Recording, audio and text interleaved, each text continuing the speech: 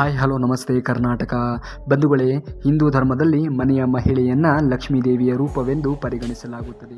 ಈ ಕಾರಣಕ್ಕಾಗಿಯೇ ಹಿಂದೂ ಧರ್ಮದಲ್ಲಿ ಮಹಿಳೆಯರಿಗೆ ವಿಶೇಷ ಸ್ಥಾನಮಾನವನ್ನು ನೀಡಲಾಗಿದೆ ಹಾಗೂ ಈ ನಿಯಮಗಳನ್ನು ಕೂಡ ನೀಡಲಾಗಿದೆ.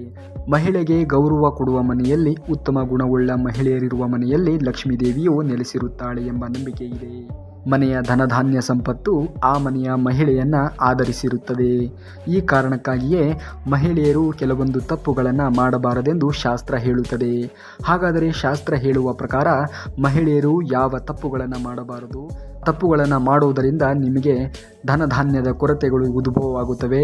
ಆ ಶಾಸ್ತ್ರದಲ್ಲಿ ತಿಳಿಸಿರುವಂತಹ ತಪ್ಪುಗಳು ಯಾವ್ಯಾವು ಅನ್ನೋದನ್ನು ನಾವು ಈ ವಿಡಿಯೋದ ಉದ್ದಗಲಕ್ಕೂ ನಿಮಗೆ ತಿಳಿಸುವಂತಹ ಪ್ರಯತ್ನವನ್ನು ಮಾಡುತ್ತೇವೆ. ಹಾಗಾಗಿ ಬಂಧುಗಳೇ, ವಿಡಿಯೋ ವೆರಿ ಇಂಪಾರ್ಟೆಂಟ್ ಆಗಿರುತ್ತೆ. ವಿಡಿಯೋನ ಎಲ್ಲೂ ಕೂಡ ಸ್ಕಿಪ್ ಮಾಡದೆ ಪೂರ್ತಿಯಾಗಿರುವಂತಹ ವಿಡಿಯೋ ನೋಡಿ ಸಂಪೂರ್ಣವಾಗಿರ್ತಕ್ಕಂಥ ಮಾಹಿತಿಯನ್ನು ಪಡೆದುಕೊಳ್ಳಿ.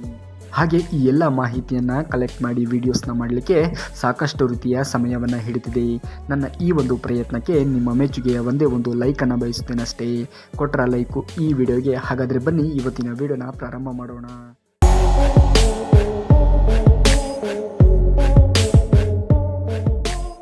ಬಂಧುಗಳೇ, ಶಾಸ್ತ್ರದಲ್ಲಿ ಮನುಷ್ಯನ ಜೀವನದಲ್ಲಿ ಪ್ರಗತಿಯನ್ನು ಸಾಧಿಸಲು ಹಲವು ಮಾರ್ಗಗಳ ಬಗ್ಗೆ ಹೇಳಲಾಗಿದೆ. ಶಾಸ್ತ್ರದಲ್ಲಿನ ಈ ನಿಯಮಗಳನ್ನು ಓರ್ವ ವ್ಯಕ್ತಿಯು ಅಳವಡಿಸಿಕೊಳ್ಳುವ ಮೂಲಕ ಆತನ ತನ್ನ ಕೆಟ್ಟ ಸಮಯವನ್ನು ಕೂಡ ಒಳ್ಳೆಯ ಸಮಯವನ್ನಾಗಿ ಪರಿವರ್ತನೆ ಮಾಡಿಕೊಳ್ಳಬಹುದು. ಅದಕ್ಕಾಗಿಯೇ ಕೆಲವು ನಿಯಮಗಳ ಬಗ್ಗೆ ವಿಶೇಷ ಕಾಳಜಿಗಳನ್ನು ತೆಗೆದುಕೊಳ್ಳಬೇಕಾಗ್ತದೆ. ಏಕೆಂದರೆ ನಾವು ಮಾಡುವ ಸಣ್ಣ ಪುಟ್ಟ ತಪ್ಪುಗಳು ಕೂಡ ನಮ್ಮ ಜೀವನದ ಅತಿ ದೊಡ್ಡ ಸಂಕಷ್ಟಗಳಿಗೆ ಕಾರಣವಾಗಬಹುದು.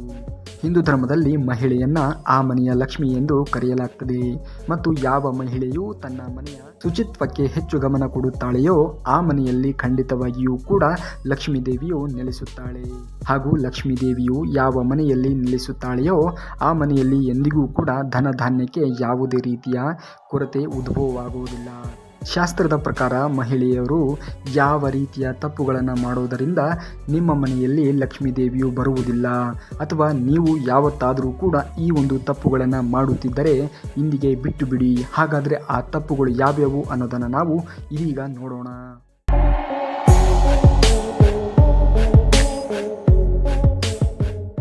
ಬಂಧುಗಳೇ, ಮೊದಲನೇದಾಗಿ ಮಹಿಳೆಯರು ಈ ಕೆಲಸಗಳನ್ನು ಮಾಡಬಾರದು. ಶಾಸ್ತ್ರದ ಪ್ರಕಾರ ಮಹಿಳೆಯರು ಕಾಲಿನಿಂದ ಒದೆಯುವ ಮೂಲಕ ಅಥವಾ ಕಾಲಿನಿಂದ ಬಾಗಿಲನ್ನು ಸ್ಪರ್ಶಿಸುವ ಮೂಲಕ ಮಹಿಳೆಯರು ಮನೆಯ ಬಾಗಿಲನ್ನು ತೆರೆಯಬಾರದು.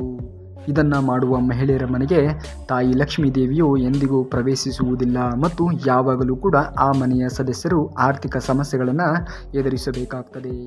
ಒಂದು ವೇಳೆ ಯಾವುದೇ ರೀತಿಯ ಮಹಿಳೆಯರು ಇಂತಹ ತಪ್ಪುಗಳನ್ನು ಮಾಡುತ್ತಿದ್ದರೆ ಇಂದಿಗೆ ಈ ತಪ್ಪುಗಳನ್ನು ಬಿಟ್ಟು ಬಿಡುವುದು ಒಳ್ಳೆಯದು.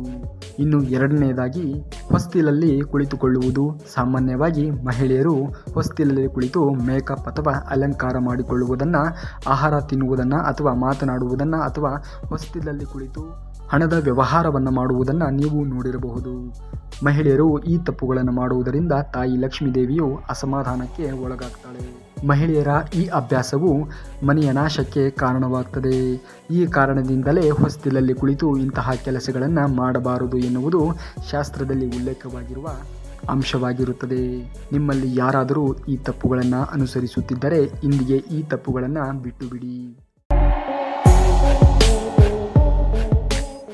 ಇನ್ನು ಮೂರನೆಯದಾಗಿ ಪೊರಕೆಯನ್ನು ಕಾಲಿನಿಂದ ಮುಟ್ಟಬಾರದು. ಶಾಸ್ತ್ರದಲ್ಲಿ ಹೇಳುವ ಪ್ರಕಾರ ಪೊರಕೆಯನ್ನು ಲಕ್ಷ್ಮೀ ದೇವಿಯ ರೂಪವೆಂದು ಪರಿಗಣಿಸಲಾಗ್ತದೆ. ಆದ್ದರಿಂದ ಪ್ರತಿ ಮಹಿಳೆಯೂ ಅನುಸರಿಸಬೇಕಾದ ಪೊರಕೆ ಸಂಬಂಧಿಸಿದ ಕೆಲವು ನಿಯಮಗಳಿಗೆ ಮನೆಯ ಮಹಿಳೆಯರು ಪೊರಕೆಯ ಮೇಲೆ ಕಾಲಿಡಬಾರದು ಅಥವಾ ಪೊರಕೆಯನ್ನು ಕಾಲಿನಿಂದ ತುಳಿಯಬಾರದು ಎಂದು ಹೇಳುತ್ತದೆ ಶಾಸ್ತ್ರ.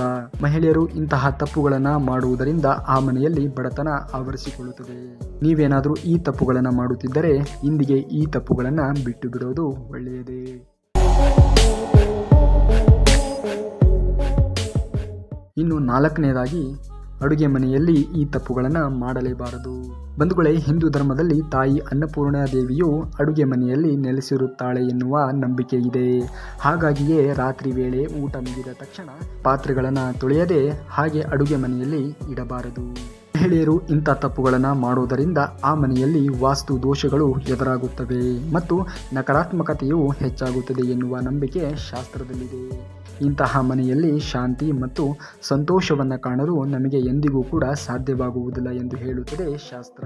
ಹಿಂದೂ ಧರ್ಮದಲ್ಲಿನ ಶಾಸ್ತ್ರಗಳ ಪ್ರಕಾರ ಯಾವುದೇ ಮನೆಯ ಮಹಿಳೆಯು ತಪ್ಪುಗಳನ್ನು ಮಾಡುವುದರಿಂದ ಆ ಮನೆಯಲ್ಲಿ ಶಾಶ್ವತವಾಗಿರ್ತಕ್ಕಂತಹ ದೋಷಗಳಿಂದ ಕೂಡಿರುತ್ತದೆ.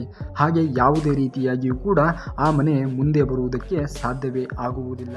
ಹಾಗಾಗಿ ಈ ವಿಡಿಯೋದ ಉದ್ದಗಲಕ್ಕೂ ತಿಳಿಸಿರುವಂತಹ ನಿಯಮಗಳನ್ನು ದಯವಿಟ್ಟು ಪಾಲಿಸಿ. ಹಾಗೆ ನಿಮ್ಮ ಮನೆಯನ್ನು ಆಗಾಗ ಸ್ವಚ್ಛತೆಗೊಳಿಸಿ. ಜೊತೆಗೆ ಈ ವಿಡಿಯೋದಲ್ಲಿ ತಿಳಿಸಿರುವ ಮಾಹಿತಿ ನಿಮಗೆ ಇಷ್ಟವಾದರೆ ವಿಡಿಯೋಗೆ ಒಂದು ಲೈಕ್ ಕೊಡಿ. ಜೊತೆಗೆ ನಿಮ್ಮ ಬಂಧು ಬಳಗದವರಿಗೆ, ನಿಮ್ಮ ಸ್ನೇಹಿತರಿಗೆ ಈ ವಿಡಿಯೋನ ಫಾರ್ವರ್ಡ್ ಮಾಡಿ. ನೆಕ್ಸ್ಟ್ ಇದೇ ರೀತಿಯಾಗಿರ್ತಕ್ಕಂಥ ಮಾಹಿತಿಯನ್ನು ನಿಮಗೆ ತಿಳಿಸ್ತಾ ಇರ್ತೀನಿ. ನೆಕ್ಸ್ಟ್ ವಿಡಿಯೋದಲ್ಲಿ ಸಿಗುವವರೆಗೂ ಧನ್ಯವಾದ. ಕರ್ನಾಟಕ.